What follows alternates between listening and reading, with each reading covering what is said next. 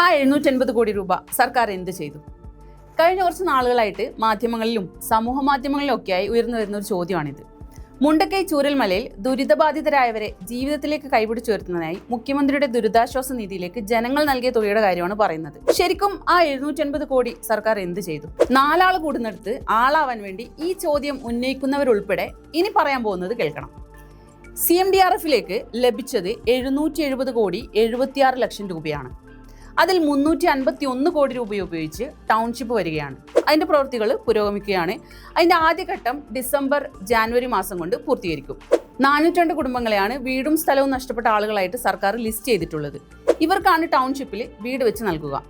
കൽപ്പറ്റയിൽ വരുന്ന ടൗൺഷിപ്പിൽ വീടുകൾ വേണ്ടെന്ന് 107 കുടുംബങ്ങൾ പറഞ്ഞതിന്റെ ഭാഗമായിട്ട് അവർക്ക് 15 ലക്ഷം രൂപ വീതം കൊടുത്തിട്ടുണ്ട്. ഈ 15 ലക്ഷത്തോടൊപ്പം തന്നെ 2 മാസത്തെ വാടകയും അവർക്ക് നൽകിയിരുന്നു. 16 കോടി രൂപയാണ് ഇതിനായി സർക്കാർ ചെലവാക്കിയത്. ഇനി എന്താണ് ടൗൺഷിപ്പ്? കുറച്ച് വീടുകൾ മാത്രം വെച്ച് കൊടുക്കുന്നതിനെയല്ല ടൗൺഷിപ്പ് എന്ന് പറയുന്നത്.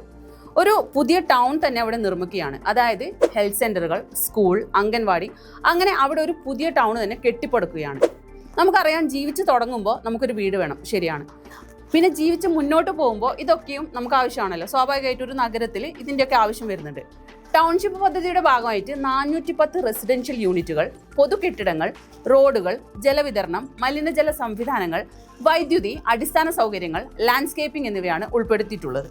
ഇനി ആദ്യഘട്ടം മുതൽ സർക്കാർ എന്തൊക്കെയാണ് ചെയ്തതെന്ന് നോക്കാം. ആദ്യം തന്നെ അടിയന്തര സഹായമായിട്ട് ഒരു 10,000 രൂപ വീതം കൊടുത്തു. 1032 കുടുംബങ്ങൾക്കാണ് അവിടെ ഈ 10,000 രൂപ ഇത്തരത്തിൽ കൊടുത്തിട്ടുള്ളത്.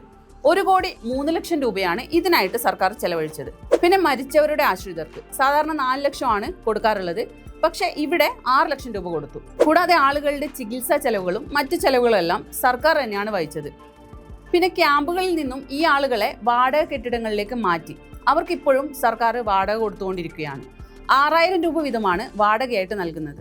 തിരിച്ച് വീടുകളിലേക്ക് പോവാത്ത ആളുകൾക്കാണ് ഇപ്പോഴും സർക്കാർ വാടക നൽകിക്കൊണ്ടിരിക്കുന്നത്. 553 കുടുംബങ്ങളുടെ വാടകയാണ് സർക്കാർ നൽകി വരുന്നത്. അതായത് നേരത്തെ നമ്മൾ പറഞ്ഞത് 402 കുടുംബങ്ങളെയാണ് ടൗൺഷിപ്പിൽ വീടുകൾ വെച്ച് നൽകാൻ തെരഞ്ഞെടുത്തിട്ടുള്ളവർ. പക്ഷെ നമുക്കറിയാം, വീടുകൾ ഉണ്ടെങ്കിലും ആ വീടുകളിലേക്ക് എത്തിപ്പെടാൻ ഇല്ലാതായി പോയവരോ, അതായത് വഴിയില്ലാത്തവരോ, ഇനിയും ദുരന്ത സാധ്യതയുള്ള സ്ഥലങ്ങളിലുള്ളവരോ ഒക്കെ ഉണ്ടാവും. അപ്പൊ അവരെ അവിടുന്ന് സുരക്ഷിതമായ ഒരു സ്ഥലത്തേക്ക് മാറ്റി താമസിപ്പിക്കേണ്ടത് അനിവാര്യമാണ്. അത്തരത്തിൽ അവരെ അവിടുന്ന് മാറ്റി താമസിപ്പിച്ച് അവർക്കും വാടക നൽകുന്നുണ്ട്. അതാണ് ഈ 553 എന്ന കണക്ക്. കൂടാതെ 69 കുടുംബങ്ങൾ സർക്കാർ ക്വാർട്ടേഴ്സുകളിലാണ് കഴിയുന്നത്.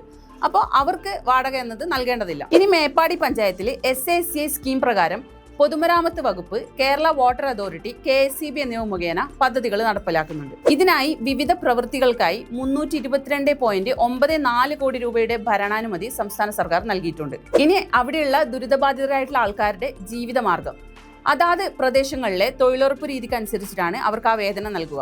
അങ്ങനെ നോക്കുമ്പോൾ ദിവസം 300 രൂപ എന്ന നിലയ്ക്ക് അത് നൽകി വരുന്നു. ഒരു കുടുംബത്തിലെ 2 പേർക്കാണ് ഈ 300 രൂപ നൽകുന്നത്. ഇനി ആ കുടുംബത്തിലെ കിടപ്പ് രോഗികൾ എങ്ങനെ ഉണ്ടെങ്കിൽ ആ കുടുംബത്തിലെ 3 പേർക്ക് 300 രൂപ വീതം നൽകും. ഇതിനായി 9 കോടി 72 ലക്ഷം രൂപയാണ് ഇതുവരെ നൽകിയത്. ഇവിടെ പറയാനുള്ള മറ്റൊരു കാര്യം, സാധാരണഗതിയിൽ ഈ തൊഴിലുറപ്പിന്റെ മാനദണ്ഡങ്ങൾ അനുസരിച്ച് 30 ദിവസത്തേക്കാണ്, അതായത് 1 മാസത്തേക്കാണ് ഈ തുക നൽകുക. പക്ഷെ ഇവിടെ അത് 9 മാസത്തേക്ക് നീട്ടി നൽകിയിട്ടുണ്ട്. പിന്നെ തുടക്കത്തിൽ ഭൂമി ഏറ്റെടുക്കുന്നതുമായി ബന്ധപ്പെട്ട് എൽസ്റ്റൺ എസ്റ്റേറ്റ് ഉന്നയിച്ച തടസ്സവാദങ്ങൾ എതിർത്ത് ഭൂമി ഏറ്റെടുക്കുന്നതിൽ കോടതിയിൽ 48.5 കോടി രൂപ ചെലവ് വന്നിട്ടുണ്ട്. ഇതിന്റെ ഒക്കെ കണക്ക് പരിശോധിച്ചാൽ നിങ്ങൾക്ക് തന്നെ മനസ്സിലാവും ആ പറഞ്ഞ 780 കോടി എന്ത് ചെയ്തെന്നുള്ളത്. ചിന്തിക്കുന്നവർക്ക് ദൃഷ്ടാന്തമുണ്ട്. ഇനി ഞാനൊരു ചോദ്യം ചോദിക്കട്ടെ, ഈ പാവങ്ങൾക്ക് വേണ്ടി വയനാട്ടിലെ MP യും കേന്ദ്രവും എന്ത് ചെയ്തു?